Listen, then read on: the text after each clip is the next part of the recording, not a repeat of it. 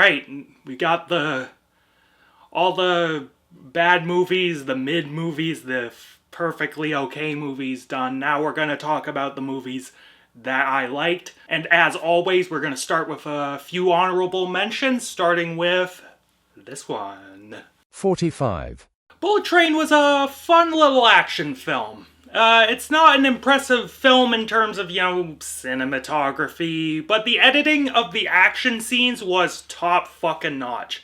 I loved the sets. The set pieces in this film were really fun. The fight scenes had both humor and excitement. The story itself was very simple, but it was very well put together. There were lots of moving parts to the script. Brad Pitt in this film is very fun. And we also get an appearance from Michael Shannon. Michael Shannon is one of my guys. Big fan, always love seeing him. Bullet Train's a good time. Throw it on if you want a good little action movie for a movie night. Next. 44. So there's a full review of Top Gun Maverick on the channel, but the story of Top Gun Maverick is just Top Gun again, aside from maybe the last act of the film. The character arc, the thematic arc for Tom Cruise in this was great though. The filmmaking is impressive, don't get me wrong, but I find it was more impressive when they did it in the 80s. The score in the film is fine, but it's really kinda safe. I mentioned it in the video, but dude, fucking ending that film on fucking Lady Gaga, one of her corny ass ballads, come on. Over fucking Cheap Trick, just have Lady Gaga do the Cheap Trick song. Fuck off. The acting was fine, Tom Cruise, Val Kilmer especially, they were both great in the film. This is a good flick. It's definitely a top tier popcorn theater experience, If you have a good sound system at home, give this film a go. Next. 43. In terms of story structure, The Unbearable Weight of Massive Talent, it's a film I've seen before. In terms of filmmaking, it's more or less just fine. But Nick Cage, he makes this film. It's a big, dumb fucking celebration of this man. Cage plays himself so goddamn well. Pedro Pascal and him have great chemistry in this film. This is such a fun little movie. And if you like Nick Cage, I think you should check this one out. Next. 42. So there's a full review of this film on the channel, and my take on this film might raise some eyebrows, but I am very much a fan of Lightyear. The animation is, on par with recent Pixar films, which means it's pretty good. The performances in the film are solid, but it's the script. It's the script that really sells this film for me. It's really good. It's one of my favorites from Pixar from recent memory. The biggest problem I had with the film is that it didn't delve into 90s pastiche hard enough, since this was, a fictional movie from that time period. It's still solid though. Maybe check it out if you like, your Pixar films, if you're a fan of Toy Story, that sort of thing. Next. 41. So, I was really not expecting much from this film, Beast, but this film surprised me a ton. The story isn't anything special, but the emotional hook of the film was pretty damn nice. It was all about a father trying to reconnect with his family, that sort of thing. But the direction in the filmmaking is where it is at. There is lots of great long take sequences. It builds tension so well. The lion in the film, the beast itself, it looked really cool. This is an exciting little horror thriller film. Check it out if you want a good fucking monster movie. Next. 40. So, with this film, Vengeance, this isn't as smart as BJ Novak thinks it is. But this film is good. It's solid. I dug the comedy writing in this film. There's lots of dry humor, and it's quite funny. But structurally, it's a very typical sort of comedy. But I will admit, there is a bit of a sharper edge to it if you look close enough. BJ Novak, starring in this film, he's solid. But Boyd Holbrook absolutely steals the goddamn show. Ashton Kutcher also gives a nice performance as well. He nails that villainous dialogue in the film. Novak is not much of a visual director, I will admit, but him and Phineas, I believe, created a very interesting score and soundtrack. It's a nice, like, audio aesthetic for the film. I look forward to seeing what BJ does next, seeing if he learns from this experience. Next. 39. The first act of Barbarian is kinda safe. There's nothing too interesting about it. The second act of Barbarian, the filmmaking gets way better, but it feels a little disconnected from what's been going on. And then the third act, there's some really creative filmmaking. The story is better connected at this point. It's a very off-the-wall sort of film. It's very all over the place, but it's memorable, though. I don't want to spoil any of it because it's an experience and you should go in as blind as possible. I say check this one out. 38. At barely 50 minutes, I find it hard to classify Lux Eterna as a feature film, but Gaspar Noé does some really interesting things in this film. He uses split screen really well, better than in Vortex. The RGB strobe lighting at the end was great, even though it's a fucking gigantic fuck you to epileptics everywhere. Charlotte Gainsborough and Beatrice Dahl were great in this film. The writing in the film doesn't quite delve deep enough into the ideas, and it really couldn't due to the length, which is kind of disappointing. But this is a solid watch, and if you're a Gaspar Noé fan, you should check this one out. 37. Alright, it's now time for my favorite movies of the year, and we're gonna start off with Bodies, Bodies, Bodies. This was a very fun little horror comedy. The filmmaking can be decent. I love the use of lighting throughout the film. There's some really cool camera movements as well. The score by Disasterpiece was just absolutely banging. This guy just never fucking misses with his scores, at least from the scores I've heard him done for movies. The writing in the film is alright. The first two acts take a bit too long to get to the point, but the last act of this film, holy hell, it wraps it up so beautifully. The twist ending in this film is fucking funny. It is so goddamn funny. This is a pretty damn fun film. If you dig, you know, a little spicy humor in your horror movies, give this film a go. Next. 36. So, The Menu, I think this film's a very fun little satirical thriller. The satire in the film, the script, it really holds it together. Ralph Fiennes fucking crushes it. I love this character and his motivations. They're very dynamic and interesting. The editing and the score really emphasize that satire. It's presented like a pretentious cooking video, a pretentious cooking show. The score is very classical inspired. I wasn't too impressed with the cinematography, but the production design in the film, it was really, really nice. I loved the set that they were on. It was so well built. This is a very, very fun movie. I say keep it on your radar. 35. This new Damien Chazelle film, Babylon, this was quite the spectacle. Within the first scene, we are already exposed to how garish and over the top this film will be. The whole film matches that energy, and there are some equally wild scenes throughout the entirety of the film.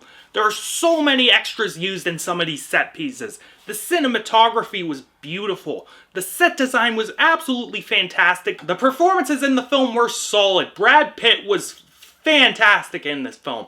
I will admit, Margot Robbie was weaker than the others in terms of performance, but she was still good. I think it was just the case of her kind of being, you know, outclassed by the other actors, even though she was still, like, really trying. The writing, though, in this film, it came off as a little surface level, but if you think about it in a deeper light, it is, I guess, pretty interesting. Man, this is a fun film, I gotta say. It's worth a watch in my eyes. Next. 34. This reboot of Hellraiser. This is one that's actually worth your time in terms of reboots. And this film is dark as fuck. Like, literally. I can't see fucking shit in this movie. Holy fuck. But when I could see things, the visual effects were pretty damn good. The production design is really cool. Some really creative props and sets throughout the film. Some cool art design. All the creatures and the gore were like top notch. The writing in the film's solid. I loved the characters and the sense of structure it had in terms of pacing. The cast did a great job throughout the film. I really dug Jamie Clayton's take on Pinhead. This was a fun horror film. I really hope it gets a sequel. I would like them to expand on this world. I would love for Jamie Clayton to get like a Hellraiser 3 type showcase for her chops. I say check out this new Hellraiser. Yeah. Next. 33. Deadstream, this was an incredibly funny found footage film. The satire of internet culture was so bang on. The production design was so good. It really looked and felt like a fucking Twitch stream. This duo of directors really actually understood like internet culture. The special effects in the film were really, really good. There's a lot of practical gore effects and makeup throughout that just really hit well. They justified the editing in the film really well. It was a visually solid film and never really ruined my immersion, because found footage often tends to just ruin the immersion really easily. The acting in the film is great. I loved Joseph Winter in this role. Same with Melanie Stone. They were so good. This is a fun horror movie. Check it out, especially during the spooky season. Next. 32. So yeah, Mad God. This was a bizarre little animated film. The first act of Mad God, it felt like an excuse for set pieces just to happen. I'm not really sure why any of it was happening. The second act kind of explains things. I thought I was getting it. Like, I thought it was coming together. Then the third act was just this bonkers-ass roller coaster. Like, I don't even have a fucking clue what's happening anymore. But, ignoring all that, as a technical achievement, Mad God, I really dig this movie. This blend of stop motion and live action, it's incredibly surreal and unique. This film took this guy, like, a few decades to make, and good on him for making his goddamn movie and finishing it. And doing something cool and putting it out there. We need more of that, honestly. Next. 31. So, there's a full review of Jackass Forever on the channel, but the boys are back, and it was way better than I expected it to be. These old guys took the bumps well. The new guys in this crew were pretty damn entertaining. The guests in this film all seemed to just have a ball with doing this shit. The stunts were all hilarious. Some of them were fun takes on old ideas. It's Jackass. It was a great fucking theater experience. It's an entertaining movie. Check this one out. Next. 30. So this documentary, Nothing Compares, this was a very captivating portrait of the late Sinead O'Connor. The filmmaking isn't too impressive, technically, though there are some neat lighting choices here and there. The compiled archival footage is well used and really well put together from an editing perspective. The interview subjects are interested. Sinead herself, God rest her soul, she shed light on some very interesting topics, some very interesting things about her life. It was a fascinating take on her story. You know, maybe her politics aren't exactly a revolutionary thing today, but, you know, Sinead O'Connor was pretty goddamn punk rock back in the day. This was a good goddamn doc. You should, check this one out. Next. 29. So, like, Pearl and X came out in the same year, and we're going to be talking about Pearl first. This is a different film than X. It has different goals, I find. It reveled in old-time Hollywood, especially in the editing and the blocking of these scenes. The score combined old Hollywood scores and modern horror, I think, really well. Mia Goth in this film is fucking phenomenal. She carries this entire fucking film. Her monologue, it's a single shot. It's uncut. It goes on for like a long time. It is absolutely fucking unreal. This girl is a fucking talented actress. I don't think it's quite as good as X, even though it has its highlights, but this is still a very compelling film in its own way. I say check this one out if you're a horror fanatic. Next. 28. So this documentary here, All That Breathes, this is a fascinating one. There's some nice visuals in this movie, some great shots of the city, some artistic editing here and there. There's some great audio and music as well. It creates a very noticeable atmosphere. The narration in the film, it's limited and it's poetic and it really justifies its existence. The subjects in the film themselves are pretty interesting, but the pacing of this film could be a tad dry. It didn't focus on the political context of what these two were doing, which was the actual interesting, exciting stuff. This film chronicles some important people doing some important things, and for that I commend it. I say check this one out. Next. 27. So like, where are we here? Some sort of triangle of sadness? Seriously though, this film was good. Ruben Ostrand, the director and writer, I'm not gonna lie, he seems to be a bit up his own ass with the writing. It can get really on the nose at points, which is a shame, because the writing at its best moments boasts some really interesting character work. The commentary on class dynamics is fascinating when it's presented subtly. But filmmaking wise though, Ruben Ostrand, this director, he is damn fucking good. There are some wild choices in this film in terms of production design. There's some really, really nice cinematography and editing. The soundtrack is minimal, but it hits goddamn hard. This is a really good film, and I dig it, and you should check it out. Next. 26. So there's a full review of this on the channel, but Jordan Peele here redeems himself with Nope. The filmmaking is top-notch. There's some really creative special effects. The way they presented the alien eating people was really, really cool. The performances in the film were solid. Daniel Kaluuya and Keke Palmer especially just were crushing it. Nope's script is so thematically focused, and the comedic writing in the film was solid. It never took away from the tone and the stakes of the film. Peele is like right back on track again. Let's get it. I hope his next film continues this momentum. Next. 25. So this film, Ray Donovan, the movie, this was a good finale for Ray Donovan. The filmmaking was on par with the show, if not upping the ante a little for certain things, because, you know, it's a movie.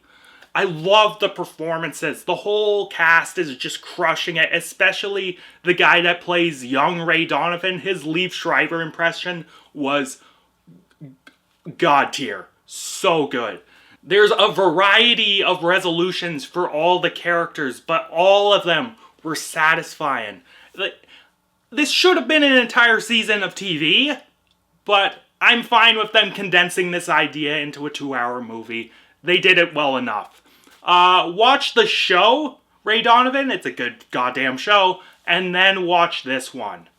Next. 24. So, Edward Berger's remake of All Quiet on the Western Front. This was a really, really intense war film. The cinematography in this film made really good use of lighting. The one-shots in this film were really well blocked. The production design in this film was amazing, despite some, sketchy CGI here and there.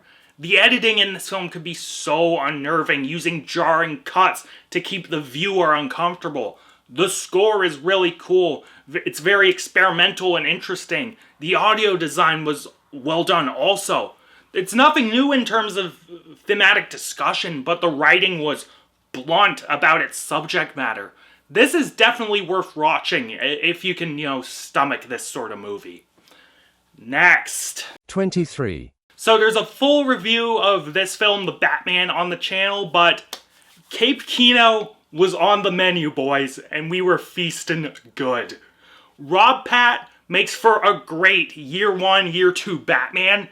The rest of the cast, no slouch either. Fucking Paul Dano as the Riddler, he was good. Jeffrey Wright as Commissioner Gordon, so good. I love the look of this film. It's very David Fincher-esque. The costumes and production design are great. Batman and Riddler looked fucking top notch. The writing is like just solid gumshoe detective tale writing. It could get a little cape shit loud at the end though, but despite all that, this is a great cape film. I say check this one out. Next. 22. Now we talk about X. After talking about Pearl earlier, X, in my opinion, is an incredibly fun and creative slasher flick. It reveled in the exploitation and slasher films of the past, but used modern techniques. The cinematography in the film is very classic slasher, but the editing was modern and surreal. The gore was pretty damn solid and used its budget trappings wisely. The script is so funny, but also thematically dense and interesting. Mia Goth, playing 2 roles in this film, crushes it in this film. This is a goddamn good time. Definitely give this one a go. Next. 21. So this new Inarritu film, Bardo, False Chronicles of a Handful of Truths, it's quite self-indulgent. But it's a good type of self-indulgent because it is quite self-reflective. The film handles themes of identity and purpose in a very interesting way. The cinematography in Bardo, it's a nice mix of Inarritu's pre- and post-Birdman styles. The imagery in the film is absolutely fucking surreal. Like, oh my god, it goes very weird places. This is a wild movie. It's not for everyone, but fans of Inarritu will get a big kick out of this one. Next. 20. So, this new Puss in Boots film, The Last Wish, went fucking hard for some reason. I loved the animation style in this film. It's similar to, Spider-Verse, but blends it with, the DreamWorks style. The character designs were really, really neat. The writing in this film is what steals the show, though. It's solid. It handles some heavy themes in a really nice way. But it could be a little blunt, but oh man, the big bad wolf in this film was a hardcore fucking villain. He was legit fucking intimidating. And the cast really bring this story to life. Fucking Antonio Banderas, Wagner Moura, John Mulaney, Salma Hayek, all great in this film. This is a damn good fucking animated feature. I say check this one out. Next. 19. This is a really moving documentary, The Territory. It clearly has a slant, but it compels the audience enough to make you forget or not notice. It didn't really need to edit footage to make the point either. It just, here's the footage. It makes its point enough. The cinematography in the film was really well done for a documentary. Lots of beautiful nature shots throughout the film. Because of my heritage, where I come from, this is very close subject matter to me, but it's compelling in its own right. It's an important piece of journalism in my eyes. You should really check this one out. Next. 18.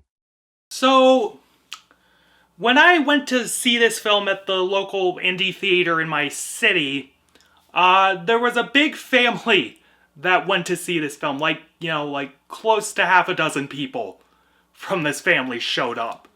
And they were a bit rambunctious. And that can get annoying for me when I go to see the movies. But there was context to that. And one of the people from that family came up to me and, talked to me about it. They were from Iran. And I don't know if you know anything about Iran, but they're not exactly known for, political freedom. So, seeing this film, a film from Iran about a very, heavy topic, was very, important to them. And that little moment has stuck with me since I saw the film. And that's why this film is powerful. Like, in terms of the wider scope of filmmaking, Holy Spider isn't exactly that hardcore. It's very well made and acted, don't get me wrong, but it's reminiscent of other things. And in terms of writing, I thought the killer's motivations got a little muddled at the end, but I think Holy Spider as a political statement. Like, this film is ballsy. And, like, it worked Iran into a complete fucking shoot.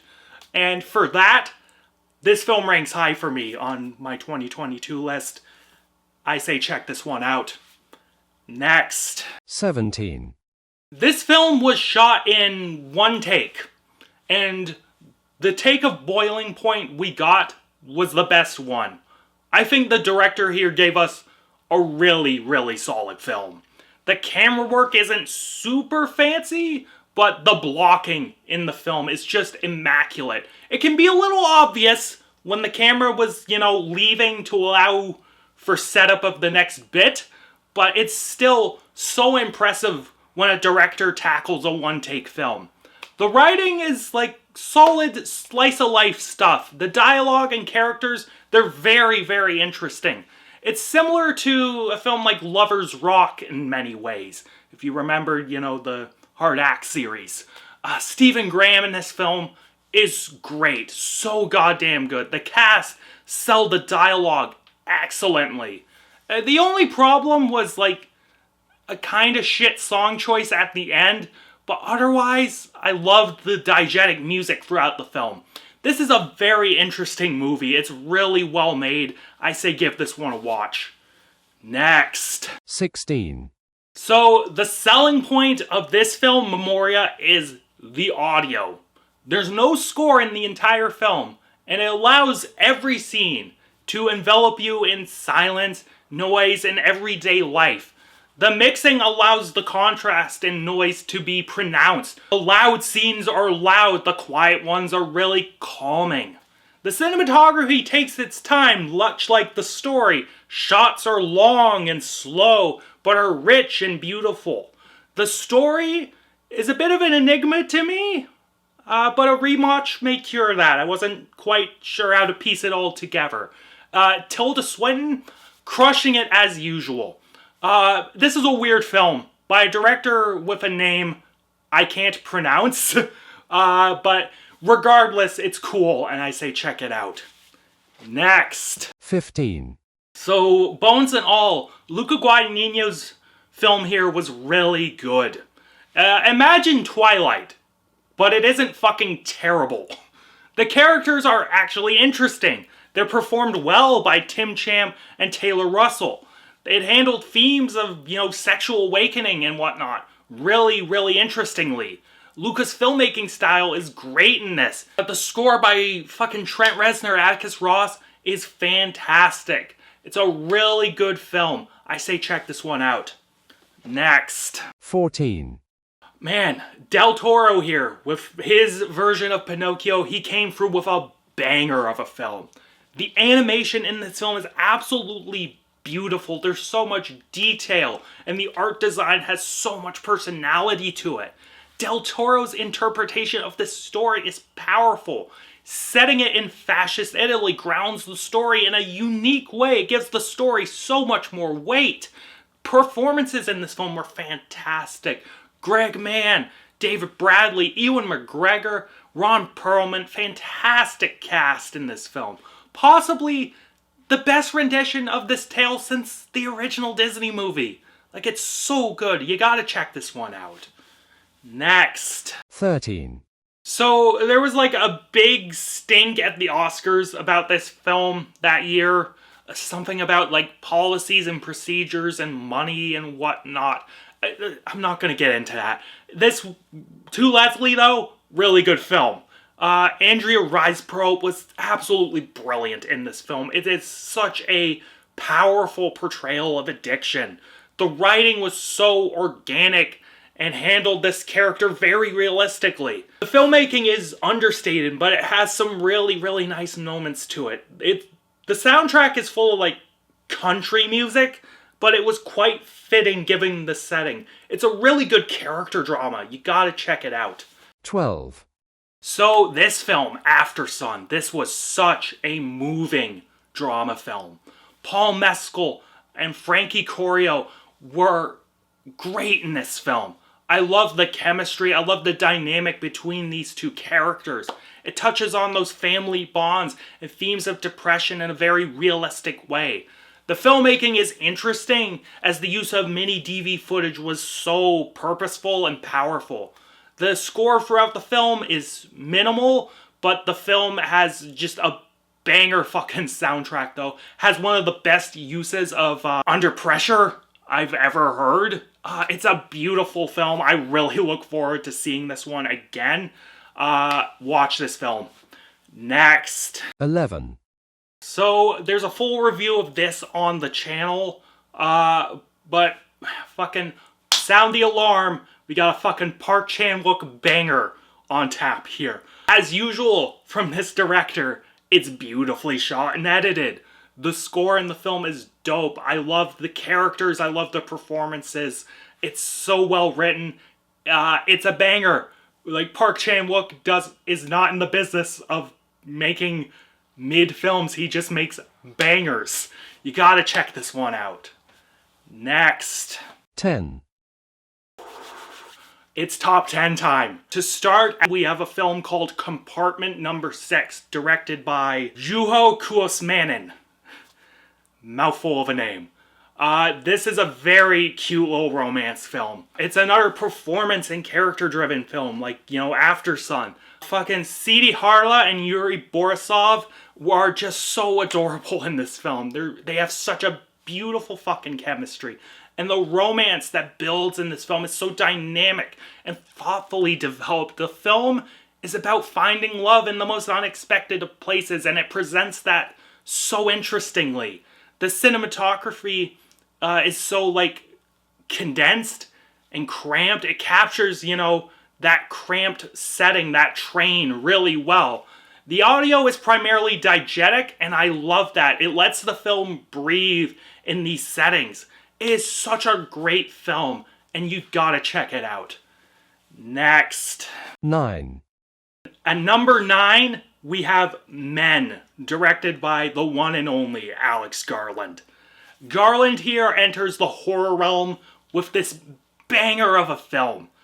The filmmaking is just so on point. It's Alex Garland, what can you expect? Especially in terms of cinematography. There are some beautifully blocked sequences in this film. There's so much surreal-ass imagery in the film. Lots of religious stuff. The birth sequence in this film, you know the one I'm talking about. Absolutely fucking wild. The music and the sound in this film are all great. I love the use of diegetic music that's reincorporated into the non-diegetic score. I love the writing and how it handles themes of trauma in a very surreal way. Jessie Buckley is so goddamn good in this film. It's a limited cast and I won't go further than that because I want you to experience this film for yourself. It's fantastic stuff. You gotta watch it. Next. 8, Coming in at number 8, we have Marcel the Shell with Shoes On, directed by Dean Flesher Camp.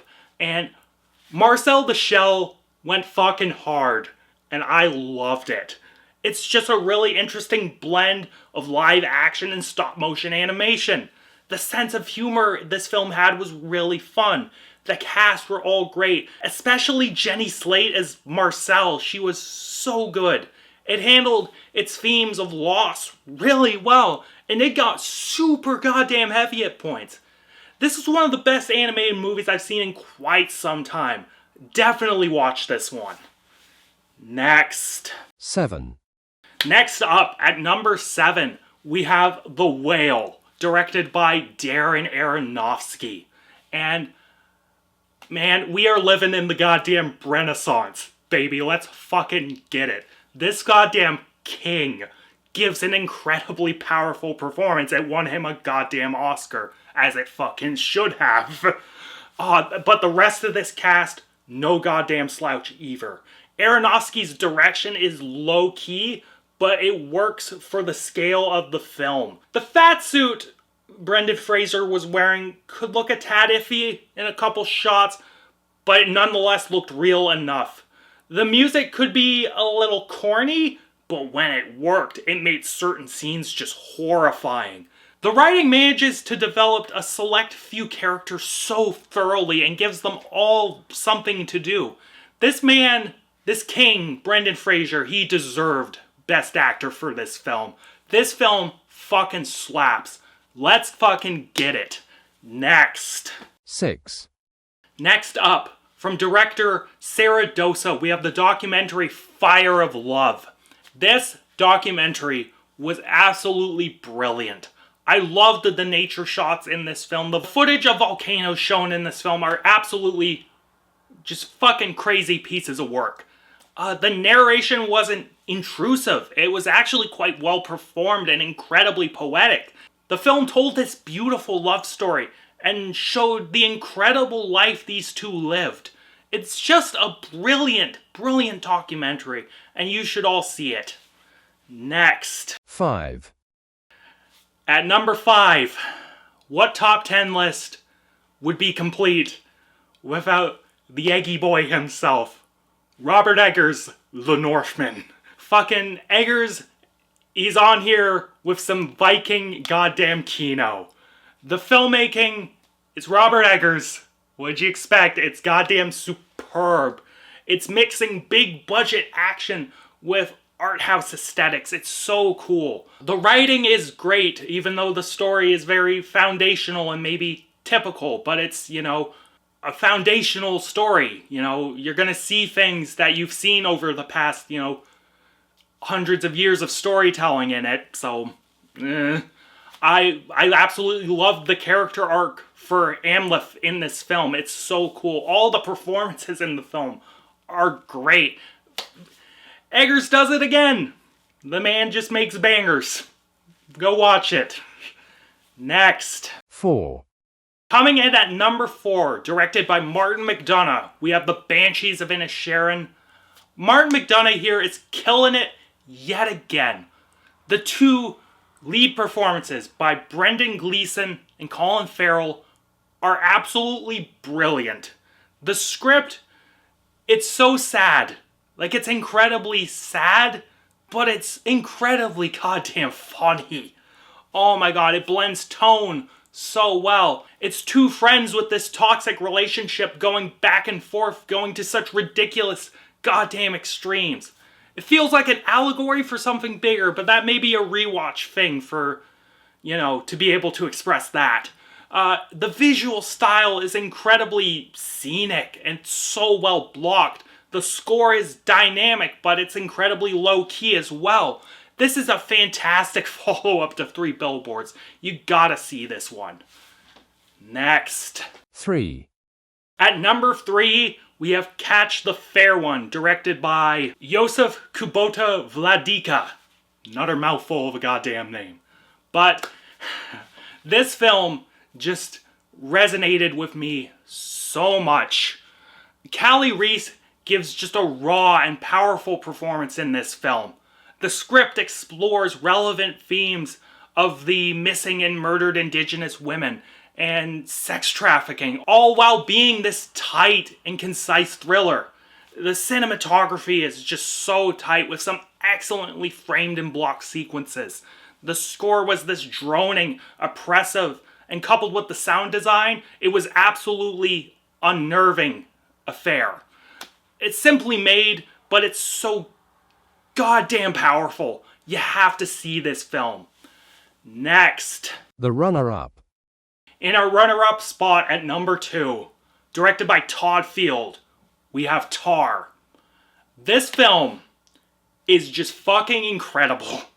The cinematography was done with such subtle care, and it made the film so interesting to visually take in. The editing is so jarring, but it's so precise. You gotta know what he's going for to understand it. The score in this film is minimal, if outright non-existent. The diegetic music, it goes hard with all these classical bangers. The script is absolutely phenomenal and carried by an amazing performance by Cate Blanchett. It's all about cancel culture and the nuances and incredibly tough conversations that surround it. The ending of this film, I don't want to spoil it at all. It's just goddamn magical. Oh my god. It's just a fucking amazing piece of filmmaking, and you gotta check this one out. Next. 1. Alright, it's time. My favorite film of 2022 is Everything Everywhere All at Once. The Daniels. Sometimes the obvious pick is just the right one. Everything Everywhere All at Once is just a balls to the wall, wild and creative film. The visuals and the set pieces are just out of this goddamn world. There's so much imagination in terms of special effects and blocking. The music is a wild blend of multiple arrangements and styles. It uses existing music in such creative ways. Michelle Yeoh fucking kills it in this film. Stephanie Hsu is an amazing villain, or antagonist, I guess. Jamie Lee Curtis was absolutely hilarious in this film. It's a simple story about family issues, but told in this wild, inventive, and unique way. This is an amazing movie. It's fucking incredible that this won Best Picture. You absolutely have to see this film. And that wraps it up for 2022. I won't tell you when the next year in review's coming out. I can't promise anything. Catch you later, guys.